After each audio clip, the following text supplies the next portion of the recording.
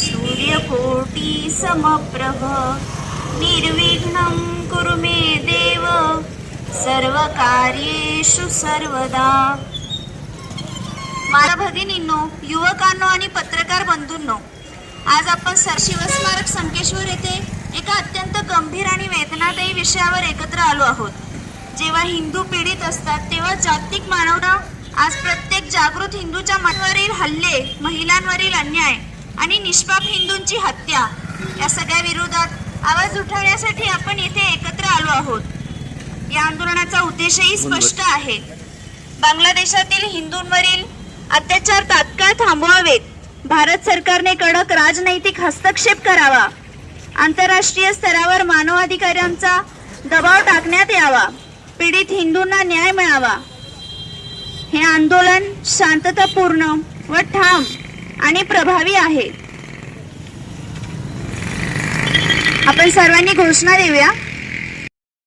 ತೇಜ್ ಪ್ರಭು ನ್ಯೂಸ್ಗೆ ಸ್ವಾಗತ। ಬಾಂಗ್ಲಾದೇಶದಲ್ಲಿ ಹಿಂದೂ ಸಮುದಾಯದ ಮೇಲೆ ಹೆಚ್ಚುತ್ತಿರುವ ದೌರ್ಜನ್ಯ ಮತ್ತು ಧಾರ್ಮಿಕ ಹಿಂಸೆಯನ್ನು ತಡೆಯಲು ಭಾರತ ಸರ್ಕಾರದಿಂದ ಕಠಿಣ ರಾಜಕೀಯ ಹಸ್ತಕ್ಷೇಪ ಹಾಗೂ ಅಂತಾರಾಷ್ಟ್ರೀಯ ಒತ್ತಡ ನಿರ್ಮಾಣ ಮಾಡುವ ಕುರಿತು ಇಂದು ಸಂಕೇಶ್ವರ ಪಟ್ಟಣದಲ್ಲಿ ಛತ್ರಪತಿ ಶಿವಾಜಿ ಮಹಾರಾಜರ ವೃತ್ತ ಹತ್ತಿರ ಹಿಂದೂ ಸಂಘಟನೆ ಮತ್ತು ಹಿಂದೂ ರಾಷ್ಟ್ರ ಸ್ಥಾಪನೆಗಾಗಿ ಕಾರ್ಯನಿರತವಾಗಿರುವ ಹಿಂದೂ ಜನಜಾಗೃತಿ ಸಮಿತಿ ವತಿಯಿಂದ ಮನವಿಯನ್ನು ಅರ್ಪಣೆ ಮಾಡಲಾಯಿತು।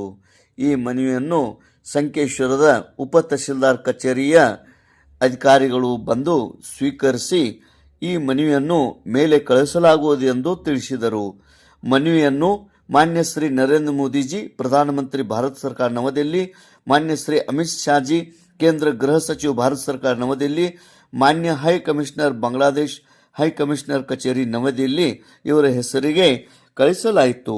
ಇದೇ ಸಂದರ್ಭದಲ್ಲಿ ಹಿಂದೂ ಜನಜಾಗೃತಿ ಸಮಿತಿಯ ಪದಾಧಿಕಾರಿಗಳು, ಸದಸ್ಯರು, ಹಿಂದೂ ಧರ್ಮದ ಅಭಿಮಾನಿಗಳು ಹಾಗೂ ಸಂಕೇಶ್ವರದ ನಾಗರಿಕರು ಈ ಒಂದು ಮನವಿ ಅರ್ಪಣೆಯಲ್ಲಿ ಉಪಸ್ಥಿತರಿದ್ದರು। ತೇಜ್ ಪ್ರಭು ನ್ಯೂಸ್ संकेश्वर। संस्थापनेची देवता भगवान श्रीकृष्ण, हिंदू जनजागृती समितीचे प्रेरणा स्तोत्र सच्चिदानंद परब्रह्म डॉक्टर आठवले यांच्या चरणी वंदन करतो आणि इथे उपस्थित असलेला सर्व हिंदुत्ववादी धर्मप्रेमी यांना नमस्कार करून माझ्या विषयाला सुरुवात करतो। आज आपण सर्वांनी इथं जमलेलो आहे।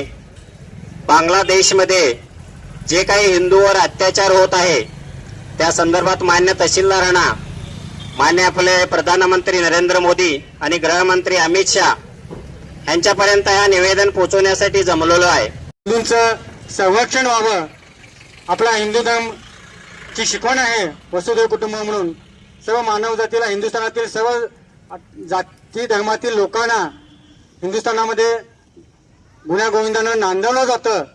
त्याचाच आदर्श घेऊन भारत सरकारनं बांगलादेशातील होणाऱ्या हिंदूच्या नागरिकांच्या वरती जो अन्याय होतो तो जागतिक पातळीवरती त्यांच्यावर दबाव टाकून जागतिक लेवलनं बांगलादेशातील राजकीय पातळीवरती असू दे, आंतरराष्ट्रीय पातळीवरती असू दे, त्यांना समज देण्याची आता गरज आहे। हिंदूंची हत्या, हिंदूंचा अत्याचार यापुढे थांबला गेला पाहिजे। आज आपण इथं हिंदू राष्ट्र हिंदुत्वाच्या एक ज्वलंत उदाहरण तुम्हाला आता पडत आहे की हिंदूवरती जो अत्याचार होत आहे,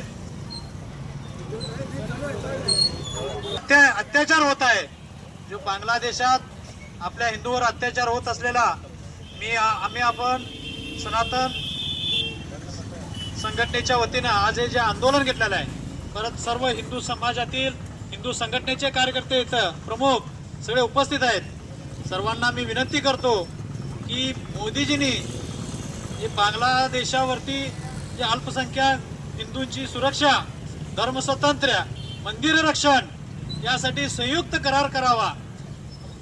मोदीजींनी हे पाऊल उचलण्यासाठी सर्व शहरातून, सर्व गावातून हिंदू बांधवांच्याकडून निवेदन केली पाहिजे। ಹಿಂದೂ ಜಾಗೃತನಾಗಿದ್ದಾನ, ಸುರಕ್ಷತೆಯಿಂದ ಇದ್ದಾನ, ಆತನಿಗೆ ಸಂರಕ್ಷಣೆ ಇದೆಯಾ, ಸುರಕ್ಷತೆ ಇದೆಯಾ, ಒಂದು ಸಲ ನಾವು ಅವಲೋಕನ ಬೇಕು. ಸಂಕೇಶ್ವರ ಪಟ್ಟಣದಲ್ಲಿ ಹಮ್ಮಿಕೊಂಡಿರ್ತಕ್ಕಂಥ ಈ ಪ್ರತಿಭಟನೆ ಬರೀ ಸಂಕೇಶ್ವರ ಪಟ್ಟಣದ ವ್ಯಾಪ್ತಿಗೆ ಅಷ್ಟೇ ಅಲ್ಲ, ಹುಕ್ಕೇರಿ ತಾಲೂಕಿಗಲ್ಲ, ಕರ್ನಾಟಕ ರಾಜ್ಯಕ್ಕೂ ಅಲ್ಲ, ಬರೇ ಭಾರತಕ್ಕಲ್ಲ. ಇಲ್ಲಿ ನಡೀತಕ್ಕಂಥ ಈ ಒಂದು ಹೋರಾಟ ಅಂತಾರಾಷ್ಟ್ರ ಮಟ್ಟದಲ್ಲಿ ಗುರುತಿಸ್ಕೊಳ್ತಕ್ಕಂಥ ಪ್ರತಿಯೊಬ್ಬ ಹಿಂದುವಿಗೆ ಸಂರಕ್ಷಣೆ, ಸುರಕ್ಷತೆ ಮತ್ತು ಆತನ ಬದುಕಿಗೆ ಬೆಳಕಾಗ್ತಕ್ಕಂಥ ವ್ಯವಸ್ಥೆ ನಿರ್ಮಾಣಗೊಳ್ಬೇಕನ್ನತಕ್ಕಂಥ ದೂರದೃಷ್ಟಿಕೋನ. ಬಾಂಗ್ಲಾದೇಶದಲ್ಲಿ ನಡೆದದ್ದೇನು? ಹಲವಾರು ವರ್ಷಗಳಿಂದ ನಾವು ನೋಡ್ತಕ್ಕಂಥ ವ್ಯವಸ್ಥೆ ಬಾಂಗ್ಲಾ ಆಗಿರಬಹುದು, ಅಫ್ಘಾನ್ ಆಗಿರಬಹುದು, ಪಾಕಿಸ್ತಾನ ಆಗಿರಬಹುದು, ನೆರೆ ರಾಷ್ಟ್ರದ ಯಾವುದೇ ದೇಶ ತಗೊಂಡ್ರು ಕೂಡ ಅಲ್ಲಿ ನಮ್ಮ ಹಿಂದೂ ಸುರಕ್ಷಿತವಾಗಿದ್ದಾನ. ಬೆಳಗಿನ ಜಾವ ಕಾಯಕಕ್ಕೆ ಕೆಲಸಕ್ಕೆ ಹೋಗಿರ್ತಕ್ಕಂಥ ಹಿಂದೂ ತಿರುಗಿ ತನ್ನ ಮನೆ ಸೇರ್ತಾ ಇದ್ದಾನ.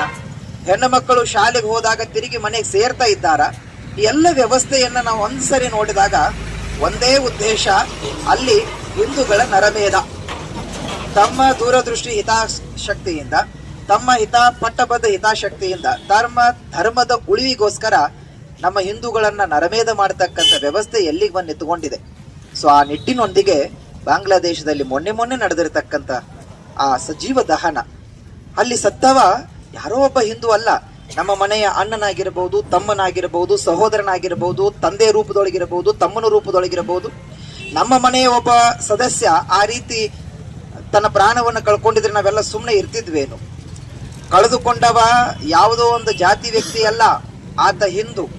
ಮತ್ತು ಮುದ್ದಾಮಾಗಿ ಅಥವಾ ವೈಯಕ್ತಿಕ ಪೂರ್ವ ಉದ್ದೇಶದಿಂದ ಅಲ್ಲಿ ಕೊಳ್ತಕ್ಕಂಥ ವ್ಯಕ್ತಿಗಳನ್ನ ಹಿಂದೂ ಅಂತ ಟಾರ್ಗೆಟ್ ಮಾಡ್ತಾ ಇದ್ದಾರೆ ಹೊರತು ಅಲ್ಲಿ ನಮ್ಮ ಹಿಂದೂ ಧರ್ಮದೊಳಗಿರ್ತಕ್ಕಂಥ ಯಾವುದೇ ಜಾತಿ ಮತ ಪಂಥವನ್ನ ಗುರುತಿಸಿ ಅಲ್ಲ. ನಾವೆಲ್ಲರೂ ಒಂದಾಗಬೇಕು ಅಂತಕ್ಕಂಥ ಮನೋಭಾವ ನಮ್ಮಲ್ಲಿ ನಿರ್ಮಾಣವಾಗಬೇಕಾಗಿದೆ. ಆತ್ಮೀಯ ಬಂಧುಗಳೇ, ಹಿಂದೂಗಳಲ್ಲಿ ಏಕತೆ ಇಲ್ಲದೇ ಇರೋ ಕಾರಣ 28% ಇರ್ತಕ್ಕಂತಹ ಬಾಂಗ್ಲಾದೇಶ, ನಮ್ಮ ದೇಶ ಸ್ವಾತಂತ್ರ್ಯವಾದಾಗ 28% ಇರ್ತಕ್ಕಂಥ ಬಾಂಗ್ಲಾದೇಶದಲ್ಲಿ ಹಿಂದೂಗಳ ಸಂಖ್ಯೆ ಇವತ್ತು 7ಕ್ಕೆ ಇಳಿದಿದೆ. ಕಾರಣ ನಮ್ಮಲ್ಲಿರ್ತಕ್ಕಂಥ ಒಗ್ಗಟ್ಟಿನ ಕೊರತೆ. संभाजी महाराज की जय, जगत ज्योति बसवेश्वर महाराज की जय, भारत माता की जय.